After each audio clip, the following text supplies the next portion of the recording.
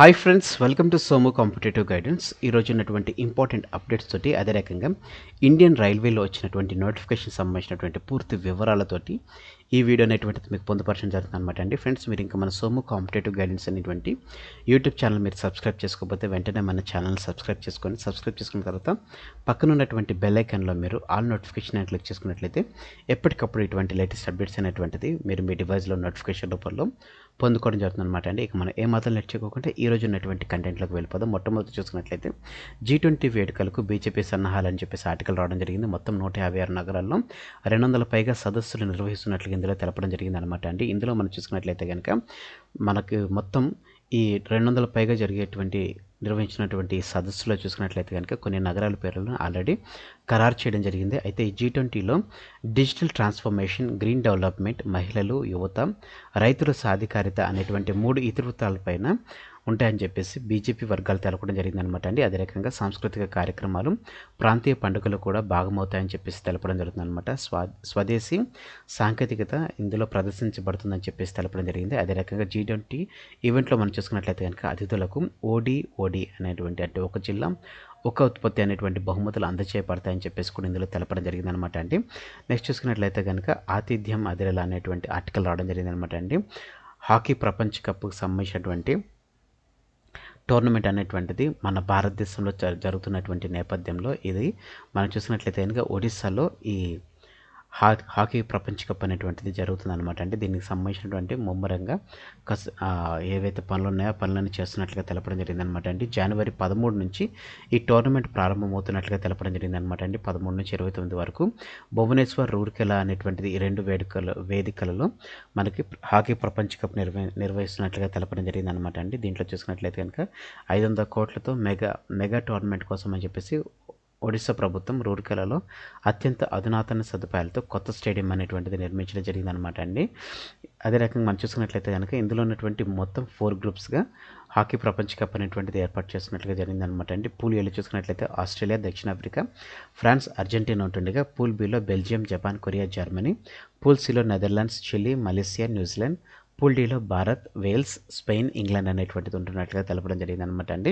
Next చూసుకున్నట్లయితే కనుక BSNL Telangana circle CGMగా Chaganti Srinivas గారు నియమితులు అవడం జరిగిందనమాట అండి. నెక్స్ట్ చూసుకున్నట్లయితే కనుక జలమండలిని వరించిన మరో 2 అవార్డులు అని చెప్పేసి ఆర్టికల్ రావడం జరిగిందనమాట అండి. తెలంగాణకు సంబంధించినటువంటి జలమండలికి మరో 2 జాతీయ అవార్డులు అనేటువంటిది రావడం జరిగిందనమాట అండి.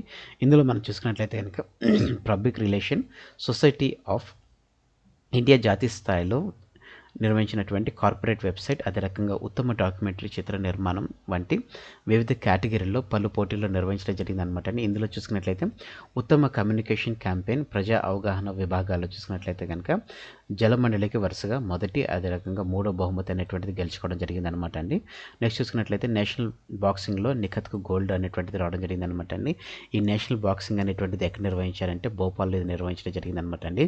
50 kgల కేటగిరీలో ఫైనల్లో నిఖత్ జరీన్కు మనకి గోల్డ్ అనేటువంటిది రావడం జరిగింది అనమాట అండి. నిఖత్ జరీన్ రెండోసారి నేషనల్ ఛాంపియన్ అవడం జరిగిందనమాట అండి. నెక్స్ట్ చూసుకున్నట్లయితే కనుక ఈ నిఖత్ జరీన్ మన తెలంగాణకు చెందినటువంటి బాక్సర్ అనమాట అండి. నిఖత్ జరీన్కు మెడల్ అందజేస్తున్నటువంటి కేంద్ర మంత్రి అయినటువంటి అనురాగ్ ఠాకూర్ అనమాట. నెక్స్ట్ చూసుకున్నట్లయితే కనుక వివాదాల్లో పోలీస్ రిక్రూట్మెంట్ అని చెప్పేసి రావడం జరిగింది అనమాట అండి. లాంగ్ జంప్ ఎత్తుకొలిచే ప్రక్రియలో కొంచెం ఏదైతే ఉందో వాటికి సంబంధించినటువంటి మార్పులు చేయాలని చెప్పేసి వీరు ఆదేశించడం జరిగిందనమాట అండి. అదే రకంగా 1600 మీటర్లు ఏదైతే పరుగు ఏదైతే ఉందో ఈ రన్నింగ్ రేస్లో చాలామంది తమ యొక్క ప్రాణాలు కోల్పోతున్నటువంటి నేపథ్యంలో వీటి యొక్క లెంత్ అనేటువంటి తగ్గించాలని చెప్పేసి, అదే రకంగా లాంగ్ జంప్ను కూడా, షార్ట్ పుట్ను కూడా తగ్గించాలని చెప్పేసి చాలామంది కేసులు అనేటువంటిది వేయడం జరిగింది. చాలామంది పోలీసు ఉన్నతాధికారుల దగ్గరికి వెళ్ళి వారి యొక్క నివేదనను అర్పించడం జరిగింది. అయితే ఆల్రెడీ ఈ నోటిఫికేషన్లో ఇటువంటి ఆల్రెడీ మెన్షన్ చేసి ఉన్నాం కాబట్టి వాటి ఏ విధమైనటువంటి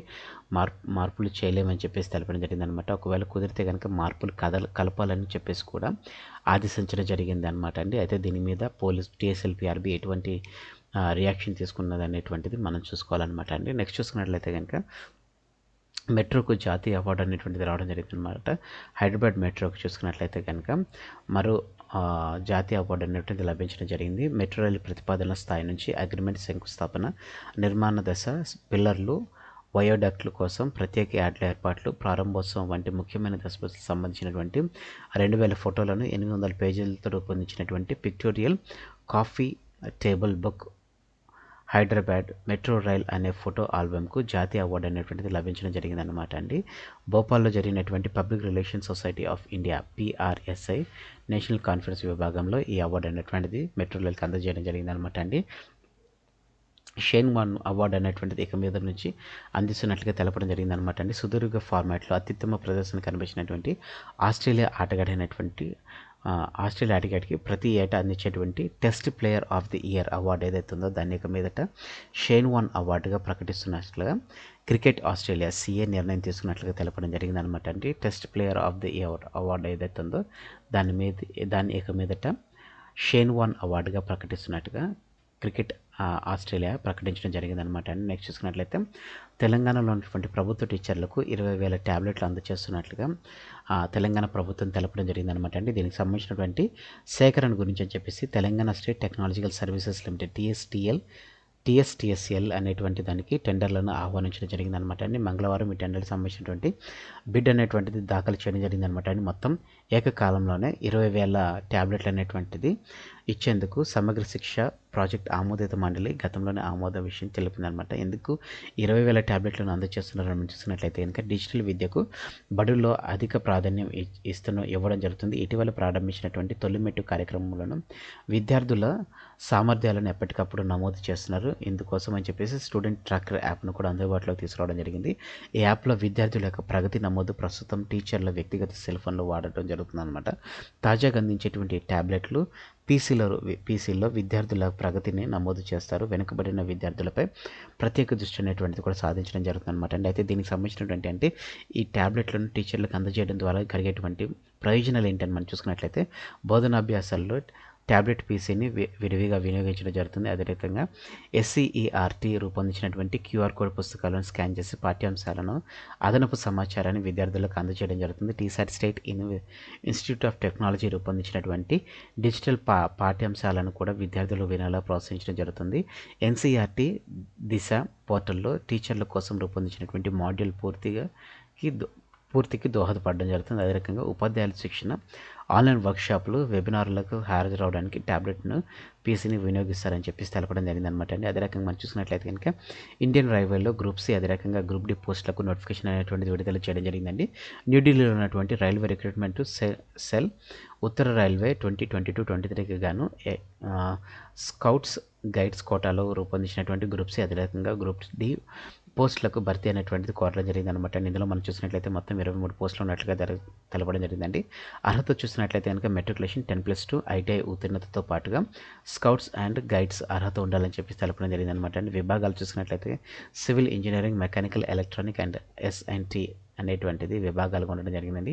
ఏజ్ కేటగిరీ చూసుకున్నట్లయితే కనుక 18 నుంచి 33 years అనేటువంటిది గ్రూప్ Dకి, గ్రూప్ Cకి చూసుకున్నట్లయితే కనుక 18 నుంచి 30 years అనేటువంటిది ఉండడం జరిగిందనమాట అండి. అయితే as per central government norms మనకి ఏజ్ రిలాక్సేషన్ అనేటువంటిది కూడా వర్తిస్తున్నట్లుగా తెలపడం జరిగిందనమాట అండి. ఎంపిక విధానం ఏ రీతిగా ఉందని చూసుకున్నట్లయితే రాత పరీక్ష, వైద్య పరీక్షల ఆధారంగా ఎంపిక చేస్తున్నట్లుగా తెలపడం జరిగింది. దరఖాస్తుల ప్రారంభం December 28 అంటే మనకి ఈ రేపటి నుంచి ఆన్లైన్ అప్లికేషన్ అనేటువంటి స్టార్ట్ అవుతుందండి. ఆన్లైన్ అప్లికేషన్ చివరి చూసుకున్నట్లయితే కనుక January 28 అనేటువంటిది అంటే 1 month అనేటువంటిది వేయడం జరిగింది. ఆన్లైన్ పరీక్ష వచ్చేసి February 10కి ఉన్నట్లుగా తెలపడం జరిగింది అనమాట. మరిన్ని వివరాల గురించి www.rrcnr.orgని లాగిన్ అయితే మీకు పూర్తి వివరాలు అందజేయడం జరుగుతుంది అనమాట. ఫ్రెండ్స్, ఎవరైతే తెలంగాణ గ్రూప్ సంబంధించినటువంటి ఎగ్జామ్స్కి ప్రిపేర్ అవుతున్నారో వారి గురించి చెప్పేసి TSPSC group for secretarial abilities 150 out of 150 అనేటువంటి కాన్సెప్ట్ తోటి వీడియోస్ అనేటువంటి చేయడం జరిగింది అనమాట. ఇందులో పాచికలకు సంబంధించినటువంటి వీడియో చేయడం అనమాట.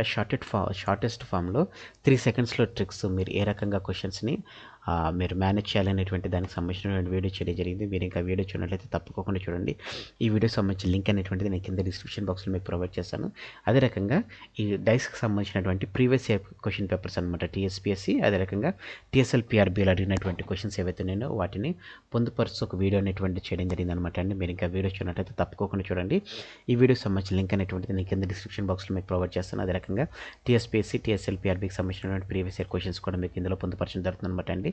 మరి ప్రాముఖ్యంగా 2014 నుంచి 2021 వరకు ఉన్నటువంటి తెలంగాణ రాష్ట్ర ప్రభుత్వ పథకాలకు సంబంధించినటువంటి టోటల్ 8 పార్ట్స్ వీడియో అనేటువంటి చేయడం జరిగిందనమాట అండి. ఈ ఫస్ట్ పార్ట్ వీడియో చూసుకున్నట్లయితే కనుక 1,47,000 వ్యూస్ అనేటువంటిది వీడియోకి రావడం జరిగిందనమాట. మీరు ఇంకా వీడియో చూడనట్లయితే తప్పకుండా ఈ వీడియో చూడండి. ఈ వీడియోకి సంబంధించిన లింక్ అనేటువంటిది 8 పార్ట్స్ సంబంధించిన లింక్ నేను కింద డిస్క్రిప్షన్ బాక్స్లో మీకు ప్రొవైడ్ చేస్తాను. అదే రకంగా తెలంగాణలో ఉన్నటువంటి 33 జిల్లాలకు సంబంధించినటువంటి సమగ్ర సమాచారంతో కూడినటువంటి మొత్తం 11 పార్ట్స్ వీడియో చేయడం జరిగింది అనమాట అండి. మీరు ఇంకా వీడియో చూడనట్లయితే ఈ వీడియోకి సంబంధించిన లింక్ కూడా నేను కింద డిస్క్రిప్షన్ బాక్స్లో మీకు ప్రొవైడ్ చేస్తాను. అదే రకంగా భారతదేశంలో ఉన్నటువంటి రాష్ట్రాలకు సంబంధించినటువంటి వివరాలతోటి మొత్తం 2 పార్ట్స్ వీడియో చేయడం జరిగింది అనమాట అండి. మీరు ఇంకా వీడియో చూడనట్లయితే ఈ వీడియోకి సంబంధించిన లింక్ నేను కింద డిస్క్రిప్షన్ బాక్స్లో మీకు ప్రొవైడ్ చేస్తానండి. సో ఫ్రెండ్స్, ఇదండి ఈ రోజు ఉన్నటువంటి ఇంపార్టెంట్ అప్డేట్స్తో కూడినటువంటి video. Thanks for watching the video. ఇందులో ఉన్నటువంటి కంటెంట్ అదే రకంగా నా ఎక్స్ప్రెషన్ అనేటువంటిది మీకు నచ్చినట్లయితే మీరు ఇంకా మన సోము కాంపిటేటివ్ గైడెన్స్ అనేటువంటి యూట్యూబ్ ఛానల్ మీరు సబ్స్క్రైబ్ చేసుకోకపోతే వెంటనే మన ఛానల్ సబ్స్క్రైబ్ చేసుకోండి. పక్కన ఉన్నటువంటి బెల్ ఐకాన్ ట్యాప్ చేయడం ద్వారా ఎప్పటికప్పుడు లేటెస్ట్ అప్డేట్స్ అనేటువంటి నోటిఫికేషన్ రూపంలో మీరు వీడియో ప్రజలు పొందుకోవడం జరుగుతుంది. ఫ్రెండ్స్, ఈ వీడియో కనుక మీకు నచ్చినట్లయితే తప్పకుండా లైక్ చేయండి. కింద కామెంట్ సెక్షన్లో కామెంట్ చేయడం మర్చిపోకండి. ఈ వీడియోని మీ friends and family members, relatives ఎవరైతే గవర్నమెంట్ ఎగ్జామ్స్ ప్రిపేర్ అవుతున్నారో ప్రతి ఒక్కరికి వీడియో షేర్ చేయండి. Thanks for watching the video. Have a nice day. All the best for your exams. Bye.